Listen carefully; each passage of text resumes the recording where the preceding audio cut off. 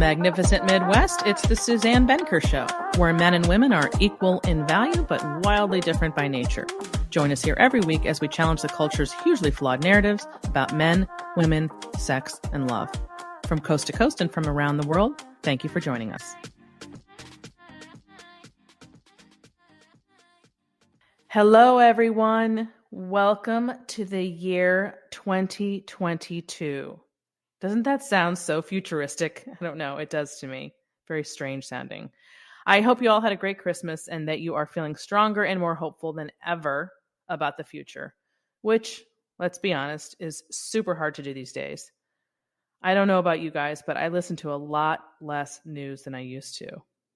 I've pretty much checked out of politics. Not in terms of being aware of what's going on, but just trying to muster any gumption for anything, like caring enough, because I think our entire government is a mess, as is the media. And people just don't have any faith left in, either one of these things. In fact, listen to this. A new Gallup poll shows that America's trust in media has dipped to second lowest on record. I'll have that link for you in the show notes in case you want to read more about it. But listen to this. The most striking aspect of this finding is that 68% of Democrats trust the media. Well, of course, they're going to trust their buddies because that's where Democrats reside, compared to 31% of independents and 11% of Republicans. This is such a massive divide in our country that I don't personally think is going to get better. People are so far apart in terms of their worldviews that there's just no common ground anymore. The left and the right used to agree on some very basic principles, like the fact that the U.S. is the freest country on earth. Well, I shouldn't say the left and the right. I should say Republicans and Democrats. Because I don't know, you can't even really refer to people as Republican and Democrat anymore, in my opinion. But anyway, they used to agree on these very basic principles, like the fact that the U.S. is the freest country on earth, the fact that there's a God, the fact that marriage and family are the bedrock of any good society. And then there's the fact that men and women are drastically different. All of that is gone. I mean, it's not gone, but the agreement on it, that those are basic principles, that's gone. One thing I've consistently believed about this post-pandemic world is that the response to COVID, not COVID itself, but the response from those in charge, has made weak relationships weaker and strong relationships stronger. Those whose relationships were hanging by a thread or who were just going through the motions without people really knowing each other have been blown wide open in COVID. People have taken sides on this matter. And so there's just no more hiding who you are at your core in the aftermath of this pandemic. So I wish there was better news about the state of love and marriage, but there's just no question that marriage is on its way out as being the norm in America, which is really scary. And it means countless relationships are going to continue to struggle as we move more and more away from a family-first focus toward a more individualistic society. So that's the bad news. The good news is that just because this is happening, and just because other people are going to struggle in finding the love that they seek and building families and all the rest, doesn't mean you have to as well. No matter what signals the culture may send, the fact remains that some things in life are timeless. Society may change, but human nature does not. Children's needs do not. How to be healthy and fit does not. God does not. These are all things that remain constant in an ever-changing world. And the people who understand this and who accept it are the people who win at life and at love. Is it harder to live by a set of principles that the culture doesn't espouse? Absolutely. But honestly, that's exactly why I do what I do. Because people need to be inspired to listen to their gut, to do what they know to be right in an environment that tells them they're wrong. So in that vein, I've come up with 10 of the most pressing reasons modern love is such a mess. Not for the purpose of being a Debbie Downer, but to remind people that there's a completely different way to do life than the one our culture encourages. Whether you're single or married, something in this list will definitely apply to you. Okay. Number one, what is the first thing that I thought of that has caused or that is causing love to be so much harder today? It's going to sound very simple, but I don't believe that it is. And that is your marriage mindset. Your mindset. I cannot tell you how significant this is in terms of whether or not your relationship will survive the test of time. The people are bringing either a negative or a mismatched view of marriage as an institution to their relationship, which is more often than not almost always is based on what you experienced as a child, right? Like we all have a takeaway about the relationship between women and men and marriage based on what we saw growing up. There's just no getting around that. All of us do. And we don't necessarily realize that we're taking that with us as we go through life. So it's not often assumed that when we're dating someone that we're going to talk about marriage as an institution, right? You're really just getting to know each other. And you don't think about it in that way. But really, in the way that you're communicating when you are dating someone, you are communicating what you think of that. I mean, there's no way around it, because you're going to be presumably talking about your upbringing anyway, and what it is you want for yourself and what your life goals are. So having that conversation about what you view, how you think about marriage, matters.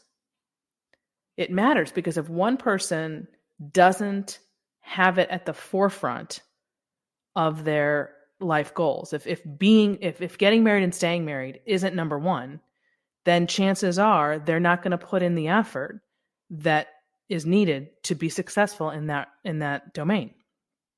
So if somebody else, which makes it uneven if you end up marrying somebody whose view of marriage is very different and expects to be all in and putting that first and showing that in all kinds of ways, in the way they prioritize their time, let's say, for example.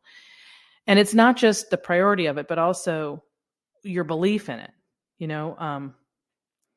If you think that it can work, and of course, you were dealing with lots of people who are products of, or who just want it to work. Let's put it that way.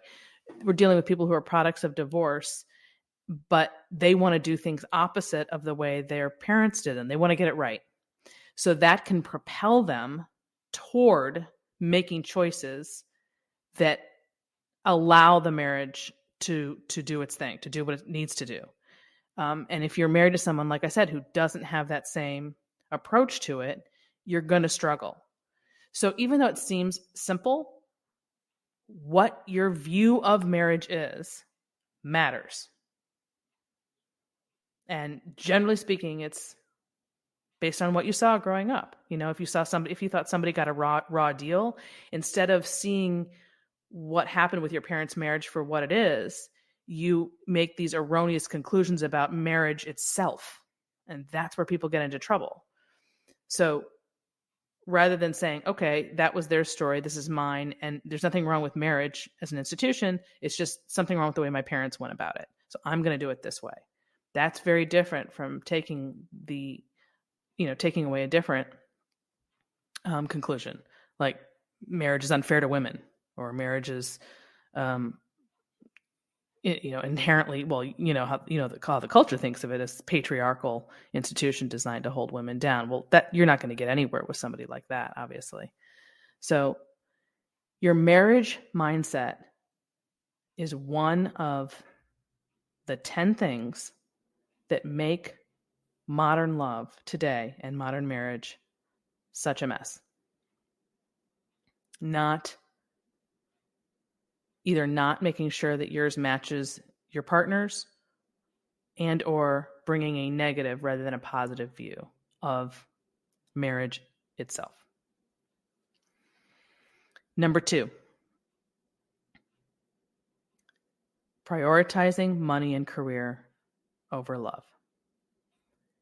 This is another reason why marriage and relationships are so damn difficult, because people are prioritizing the wrong thing. And they have been encouraged to do this from the time they're in school, that your whole life is going to be your career and making money, money, money, money, money, money, money, money, money. Everything's about money. How is it going to affect your financial life? Like, there's just so much conversation about money, that the idea is that the more money you make, this is the takeaway for people who are hearing this message, the better your life is going to be. And wow, what a bad message that is, and a wrong one, because it is so not true. It's not about the more money you have, the happier you are, or the better your life is, or the more secure it is. It's about what you do with that money. It's not the salary you make per se, which is not to say that if your salary is 20,000 versus 100,000, you can, win with your finances either way. Because I'm not talking about anything that dramatic. I'm just saying whether or not you build wealth has a lot more to do with what you do with your money than it does with how much money you make. That's my point. But I don't think that's the message that young people are getting. It's all more, the more is better. More is better. And in the search for more, and in the climb and the focus being on this career and on making money, love and family get put on the back burner invariably. So the priority is money at the center, money and career at the center, and then your family is supposed to just sort of orbit around that, rather than the complete opposite of that, which is the way people have been doing it since the beginning of time. Family first. That other stuff just allows the center part to do its thing. We've reversed that. And so there's a domino effect of putting marriage in particular on the back burner while you focus on building this financial core, for lack of a better word. So what are some of those what are some of those effects? Number one, let's talk about the dating process. If your whole focus is on your career and making money for years, and you just think to yourself, I'll worry about love and relationships later, and family and marriage and all of that, you're accumulating one of two things, depending on who you are as a person. Either you are moving in and out of several long-term, potentially lasting relationships that don't work out, again, because the priority isn't on making it work out. The priority is on your career, that wind up creating tremendous baggage and tremendous heartache on the road to finding, quote unquote, the one later down the road. And that carries with you when you do throughout your life, and when you do finally settle down with one person. Or you might be the person who is not getting involved in that way with other people, and they're just having a lot of sexual partners. They're basically just not allowing themselves to get emotionally invested in anybody until they're, quote unquote, ready down the line. If only life could work out that way, that would be lovely. But when you do that, you end up just having sex with a lot of people, essentially. And that's very harmful for your for your entire emotional health. And it's not good for your marriage, because research has shown that the more sexual partners you had, the weaker your marriage is. And that has a lot to do with having given yourself to so many people that when you finally go to do it with the one, it's not so easy. This is sort of a hush-hush research. Nobody wants to talk about this because it's so not PC, but the research has been done on that. And so very, very, the idea of putting love and family on the back burner with the focus being on money and career has been the status quo for such a long time, but it has backfired, in my opinion. I'm going to do a whole separate episode on when to marry and how to best make that happen, but I'm not going to get into that today. Another effect of putting that on the back burner is that you're accumulating a lot of debt. Invariably, that is what's happening today with people who are going back to school, and even when they can't afford it, they're taking it on again because the priority is education over love and family and relationships instead of alongside it. Right? The idea that one is in competition with the other is the problem, because invariably when that happens, you're going to end up having to prioritize something. You have to pick your time and your focus. And if you're choosing that to be on money and career, then invariably the other stuff gets put on the back burner. And so it's not getting the attention that it needs, which means it's not going to, I mean, anything you don't spend attention on is not going to do as well as the thing that you do spend the time on. So you accumulate all this debt, and then you're going to bring that into your marriage, and which isn't the worst thing in the world as long as both people are handling that the same way. And we're going to come back to that, to the money thing on number 7. So hold on to that. And then also the third thing is becoming set in your ways. You get very set in your ways when you are focused solely on yourself and your career and money, and you think you're going to be able 10 years down the road to just blend your life with someone else's. But that's not very easy to do down the line once you've become set in your independent ways. So all of which is to say, this is the domino effect of prioritizing money and career over love. When you're not focused on finding the one early enough on, and you're focused on money and career, there's an inevitable fallout of that. That's all I'm saying. So that makes love and marriage all the more difficult. Number 3, the undeniable influence of feminism in our culture, which encourages women to fight biology at all costs.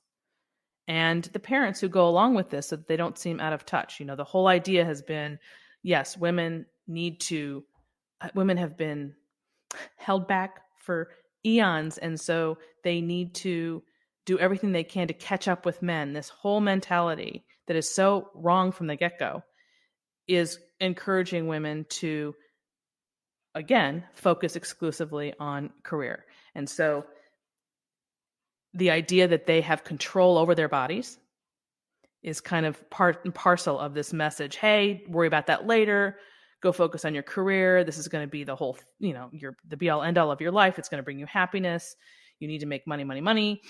And, the body thing, the fact that your body wants to, the fact that your body is the one that has kids, has babies, don't worry about it. We can make that work. We're going to use all these other means to allow that to happen. So, for example, I was in a conversation with a neighbor the other day, and his 35-year-old daughter is having trouble getting pregnant. Surprise, surprise. And wished that she had frozen her eggs early on. And then all of a sudden, this would have been easy and she wouldn't be in this boat. But of course, that's not the answer either, because that's got problems of its own as well. So all this manipulation of biology to try to make a life work according to our plans by prioritizing money and career over love and family. That's this. You're noticing a theme here, right? There's these hidden costs to all of this.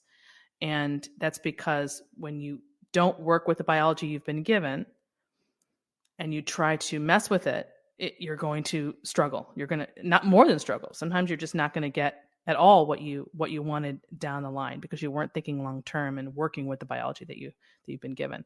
So, I mean, essentially, we're still in the midst of a huge experiment over these last 30 or 40 years. Back in the day when it was assumed that women were going to have children and then raise them, there was no need to explain, for example, why it's necessary to be there in the early years, because mothers were there. So there was no reason for the conversation to ever come up.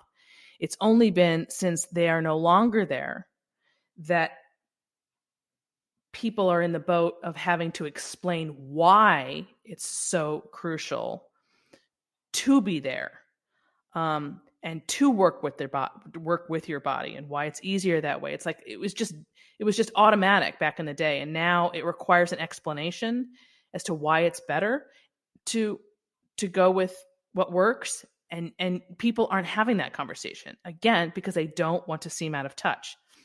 So that undeniable influence of feminism that's coming from our culture is very much still coming from our parents just as much, who are not saying, hey, the culture is telling you this, but here's the reality of it. That's just not happening. So the two main ways I was thinking about feminism and its influences, one is trying to beat the clock, okay, your biological clock, thinking that you can do that. And then B, women's and men's belief in sexual equality creates problems. It creates massive conflict regarding work and family matters that people in the past never had to deal with because they accepted human nature. They accepted male and female differences. They worked within that. Well, let's not go back to that, because here's where we are today. The bottom line is it doesn't really matter. It was one extreme then, it's one extreme now, and I'm saying there's a middle way to deal with it. And if you've been listening to me long enough, you know my thoughts on all of that. But there's no reason to have so much conflict regarding work and family if you work this out in advance and you accept that men and women are not the same and you work with it. But with feminism's influence, all that gets thrown out, making love and relationships all the harder. Relationships become competitive rather than complementary, which becomes more obvious after the kids come along, because women's reaction to being breadwinners and mothers is not pretty at all. So, yeah, I mean, that's it. We've made the relationship so competitive instead of complementary that obviously love and relationships are that much harder than they ever were. Number 4, believing that you can have it all at once rather than piecemeal. So women are not encouraged to sequence their lives or to think long term, which is so crucial to being successful in love and in marriage. Because if you don't think long term, you're going to make decisions that are just good for you for tomorrow or next year, and then get yourself in a pickle down the line. So there's a whole different way to do life for women, and that requires foresight, forethought, planning, thinking long term, accepting the seasons of your life, understanding that you can't have it all at once. And by the way, nobody can. It's not a male or female thing. No one can. So if you don't accept that, you're going to end up creating a life and a relationship that's 10 times more difficult than it needs to be.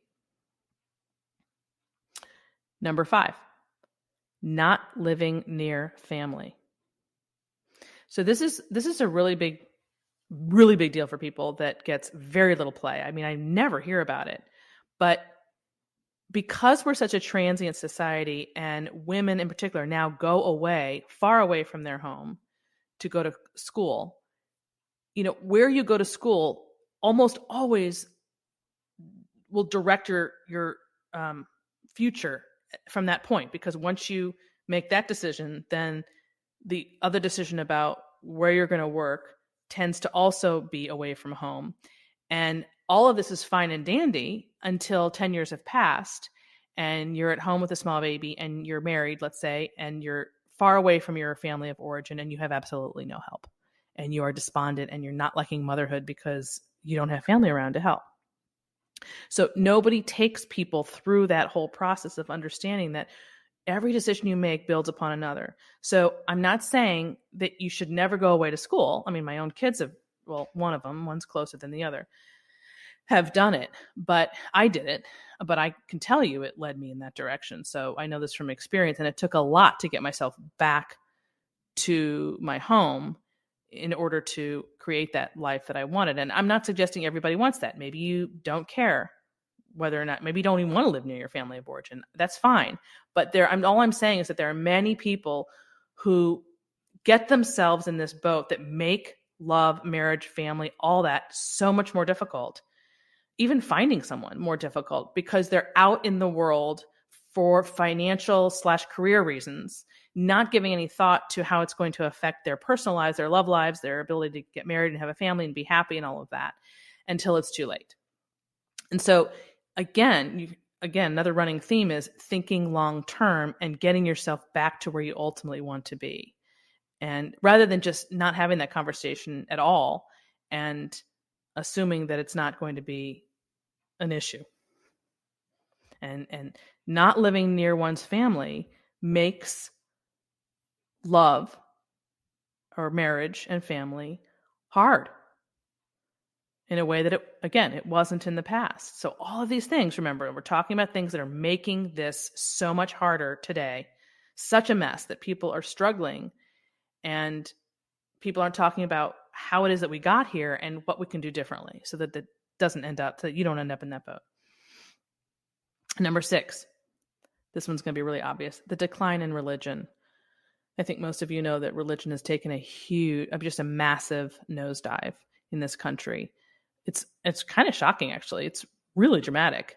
And there's just no question that the decline in religion is going to affect people's success when it comes to love and family and sex and relationships and all of that, because it's all related. We also know that people who attend church regularly marry at much higher rates. For a majority of the majority of the population, those who attend church frequently also divorce at lower rates than the rest of the population. Again, I'll have this stat in the show notes for those who want to read more, which is not to say that if you're religious, you're immune to divorce. That's not my point. But the fact remains that people who are more religious do get married earlier, have larger families, and have more stable lives. There's a direct connection there. To try to live your life with another human being for decades and build a family and do all that without religion is a harder path. There is just no question about it. I don't even think people who don't partake cannot see that. Although I'm sure there are people who will, defend the opposite very strongly. And I'm not saying it can't be done. I'm saying it's harder. It's harder to do life without God. It's harder to raise a family without religion. It just is. And so obviously it's going to be weaker. Number 7. This is a huge one. This goes back to what I mentioned before. How young people in particular think about money. I cannot tell you. I mean, it is a modern phenomena that young couples come to marriage with a mentality with a his and hers mentality rather than an ours, which is really interesting. I just thought of this now. That's not how they do anything else. When it comes to men and women and marriage and family, everything is now we, right? We get pregnant. We do this, we do that. We're one, because we're not supposed to be different in any way. But yet when it comes to money, there's no we at all. It's all yours and mine, his and hers. And the idea of combining the finances is so daunting that they just don't do it. And they don't realize that they're not doing marriage the way it's meant to be done. And that is why it's weaker. It's not meant to be yours and mine and prenups. And, if you bring student debt to the table, you pile that debt into the middle of the table, right? And you tack it together. And people who work as a team financially will become wealthy. Their relationships will be stronger and their bank accounts will be fatter if they work together. But as long as you're working with this mentality of that's yours, that's mine, you are either not going to be successful, or it's going to take you twice as long, or there's going to be a lot of conflict. It's just a completely different kind of marriage. It's not really marriage. It's like your roommates trying to make marriage work. And it just doesn't. I see it all the time. So how young people think about money, which is kind of part and parcel about how we open this whole thing of money and career over love and family and marriage and all the rest, it's a completely different mindset. And it's not one that's conducive to having a successful marriage or relationship. Number 8, the proliferation of social media. This one's kind of a given. And again, I'm not going to do a deep dive on any one of these because there's so many. There's 10 that we're talking about today, and they could almost have their own episodes for each one. But I've talked about social media before. I had my daughter on a couple of weeks ago. If you want to find that and you didn't hear that, although I didn't talk a whole lot about it with respect to marriage, because she's just with respect to relationships, because she's younger. But look, we know what social media is filled with. It's all about temptations and comparisons. That's really what it comes down to. You're inundated with temptations and comparisons with social media all day long if you are an avid social media user. And if you think that's not going to make love harder, make relationships harder, make family, marriage harder, you're nuts. There's just no way it can't. There's no way it can't. So social media is a big one in terms of why modern love is such a mess, because it's not designed to have that influence in a working relationship that's going somewhere and that you want to be strong and healthy and fit. Number 9. This is another big one. And it's women's ridiculously high expectations. And notice here I'm saying women because, as a rule, men do not have inflated or really high expectations of women or marriage. They are pretty clear on what is involved and what they need. And their needs are so fewer. So much fewer, so many fewer, so many. They have so many fewer needs than women do that if they have the basics down, they're pretty much good to go. That's not the case for women. Their list can be 10 pages long about what they want and what they expect. And that expectation that they can have all of that, all wrapped up in one man and in one marriage, is impeding their ability to be successful at marriage and or love. It's their own expectations. By simply lowering your expectations, you're going to do a world of good for your marriage and relationship. Just simply, if you did nothing else but just lowered your expectations, you're going to see an improvement. And a lot of people are offended by the idea of having low expectations. I always say that low expectations is the key to happiness. But I get a lot of flack for that because it's so countercultural. You know, the idea is that you're supposed to aim for shoot for the stars and never settle for anything less than the best. And that's so empowering when you hear it. And I'm thinking, no, it's totally disempowering because you're expecting too much. You want too much. Yes, there is such thing as wanting too much and expecting too much. If you want to be successful at something, then you have to accept the limitations that are going to be in place for your relationship. And you can't do it all and have it all. And it's so liberating to just release yourself of that narrative. To me, it's significantly more empowering to release yourself of that than to hold on to it and try to prove something that can't be proved. So this isn't about accepting anything you can get and having no expectations. That's not what I'm saying. I'm saying if your expectations are so high, then lowering them isn't bad. Lowering them might be bad if you don't have a lot of expectations, and then you lower them so much that you're thinking, well, as long as I'm married, I'm good. That's not what I mean. I just mean be realistic. And if your expectations are too high, then lowering them is reasonable. It's a reasonable thing to suggest. It's not nutty. And number 10, the number 10 reason why modern love is such a mess today is our anti-male, anti-marriage culture. And that kind of speaks for itself, unfortunately. We can't do a whole lot about that in and of itself, except to know that you are not going to get the support and encouragement that you need from our culture because it is anti-male and anti-marriage. It just is. And I don't see it going away anytime soon. Again, going back to my point that if you want to win at this thing called love, if you want to get married and stay married, you have to be countercultural. Marriage and relationships have never been more tenuous, but it is possible to avoid the mess. The first order of business is to tune out the voices around you. And this can include your parents, by the way, if they're steering you in the direction you don't want to go, in a direction you don't want to go, which is admittedly really hard to do. I get that. But it has to be done. I mean, even if your parents are pulling you toward one life and you want a different one, you have to be able to tune them out if you're a grown woman or man, as much as you do the culture. I mean, I don't, that's not easy because it's hard enough to do the culture, but to have to do your parents and the culture together is twice as difficult. I never had to do that. I never got these messages from my parents that I did from the culture. And in fact, I kind of think that's why I haven't, I know that's why I haven't suffered in the same way. I didn't grapple with these things the way a lot of people do because the messages I got at home were so dramatically different from the cultures. And I think that's the same case with my own kids.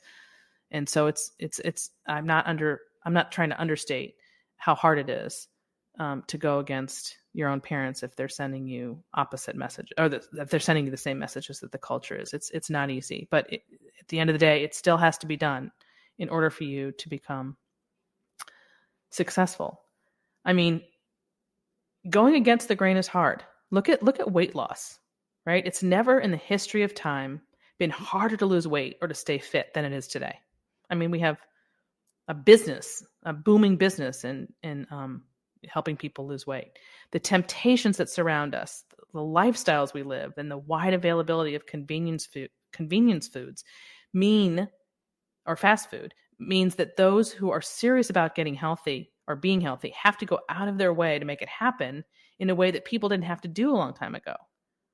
That's why the obesity rate has skyrocketed, because it's much harder to do what you need to do when the people around you are doing something else. I mean, it's 1,000 times harder. And it's no different when it comes to love and marriage. Social media alone proves this in spades.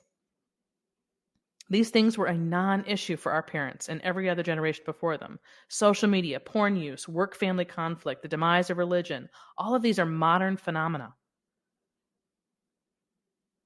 I mean, our parents had other things to deal with of bigger nature, like war and the Depression, for example, but those things had a beginning and an end. The negative stuff people deal with today is infused into the culture. It's here to stay. And there doesn't appear to be a door that can be opened to get out of the mess. That's the problem. But there is a door. There are people who get it right, and you need to seek them out. Look for partners who've had a similar upbringing if you're still single. And if they haven't, then at least value, if they haven't had the same upbringing, that they at least value and want and believe in the same things you do, so that you have a common mission. This will go very far in helping you find love and sustain it. It allows you to weed out people right away who are not a match. From what I've seen, there's just too much wasting time on relationships that are going nowhere.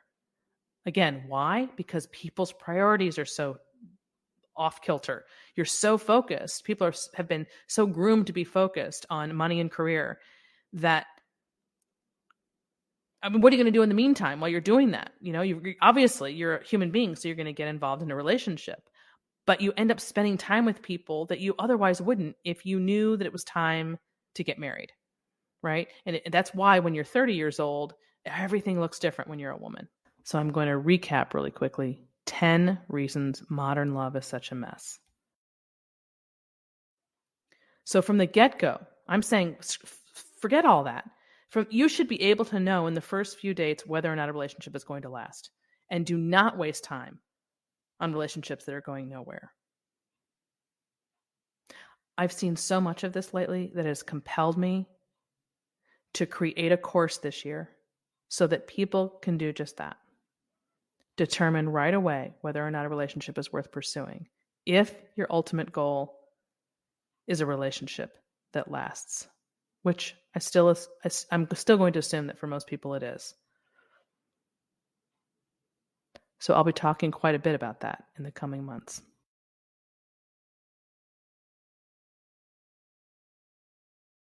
Number 1, a negative or mismatched marriage mindset. Number 2, prioritizing money and career over love and family. Number 3, the undeniable influence of feminism on our culture. Number 4, believing you can have it all at once. Number 5, not living near family. Number 6, the decline in religion. Number 7, how young people in particular think about money, the his and hers rather than the ours mentality. Number 8, the proliferation of social media. Number 9, women's ridiculously high expectations. And number 10, our anti-male, anti-marriage culture.